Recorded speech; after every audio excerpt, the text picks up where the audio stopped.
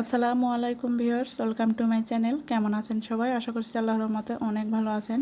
তো সবাইকে স্বাগত জানিয়ে শুরু করছি আজকের এই পর্বে আমি আপনাদের সাথে শেয়ার করব স্পাইসি পাস্তা রেসিপি।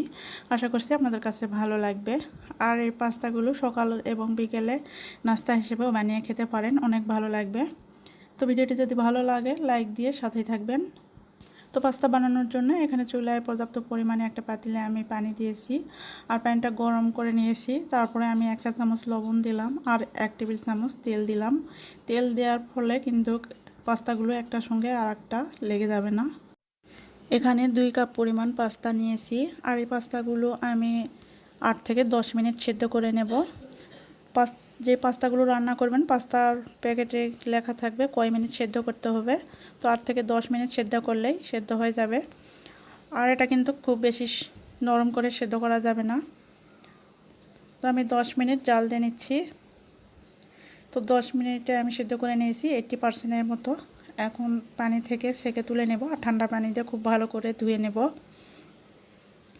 চুলায় একটা প্যান বসিয়ে 1 টেবিল চামচ তেল দিয়ে দিলাম। তারপর এখানে একটা ডিম দিয়ে দিচ্ছি। এখন ডিমটা আমি ঝুরি করে নেব। ডিমটা ঝুরি করে ভেজে নেব।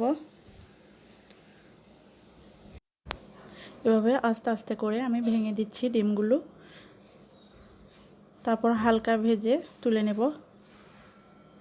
তো ডিমগুলো কিন্তু ঝুরি করা হয়ে গেছে আর ভাজা হয়ে গেছে, আমি তুলে নিচ্ছি। ওই প্যানে আরও 2 টেবিল চামচের মতো তেল দিয়ে দিচ্ছি। তারপর দিয়ে দিচ্ছি 1 টেবিল চামচ রসুন কুচি। রসুন কুচিটা একটু ভেজে নিচ্ছি।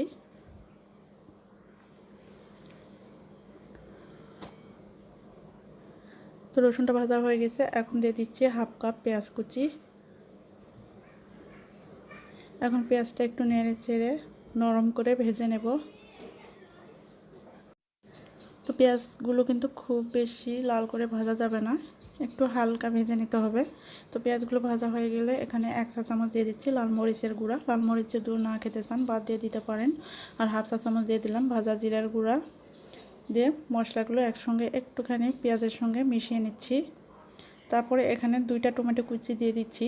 এই টমেটো ফ্রোজেন টমেটো। তো টমেটোটা একটু নেড়ে চেড়ে নিচ্ছি। নেড়ে চেড়ে নিলে টমেটোটা কিন্তু গলে যাবে টমেটোর থেকে পানি বের হয়ে।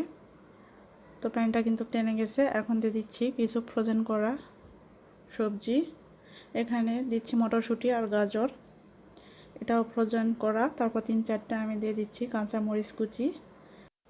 স্বাদ অনুযায়ী লবণ দিয়ে দিচ্ছি। আগে সেদ্ধ করার সময় লবণ দিয়েছি, সেই অনুযায়ী লবণ দিতে হবে। তো দিয়ে সবগুলো মশলা একটু কষিয়ে নিতে হবে। তো মশলাটা কষানো হয়ে গেছে, এখন দিয়ে দিচ্ছি 1.5 টেবিল চামচ টমেটো সস। এখন সব কিছু একসঙ্গে একটু মিশিয়ে নিচ্ছি। তো মেশানো হয়ে গেছে, এখন আগে থেকে সেদ্ধ করে রাখা পাস্তাগুলো দিয়ে দিচ্ছি। ভেজে রাখা ডিমটাও দিয়ে দিচ্ছি। এখন 1 প্যাকেট দিয়ে দিলাম নুডলস মশলা। এখন সব কিছু একসঙ্গে মিশিয়ে আমি নেড়ে চেড়ে 3 মিনিট রান্না করব। এই পাস্তাগুলো কিন্তু বাচ্চাদের টিফিনেও দেওয়া যাবে, তবে বাচ্চাদের দিলে ঝালটা একটু কম দিবেন, বাচ্চারা কিন্তু অনেক মজা করে খাবে। তো পাস্তাগুলো রান্না করা হয়ে গেছে, এখন আমি নামিয়ে পরিবেশন করছি। তো দেখতে পারলেন ঘরোয়া মশলা দিয়ে আমি খুব অল্প সময়ে কিন্তু এই পাস্তাগুলো রান্না করে নিলাম।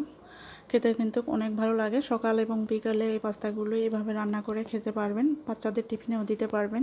তবে আপনাদের কাছে কেমন লেগেছে অবশ্যই কমেন্টস করে জানাবেন। ভিডিওটি ভালো লাগলে লাইক কমেন্ট এবং শেয়ার করে দিবেন। আর এরকম নিত্য নতুন রেসিপি পেতে আমার চ্যানেলটিকে সাবস্ক্রাইব করে পাশে থাকা বেল আইকনটি প্রেস করে রাখবেন।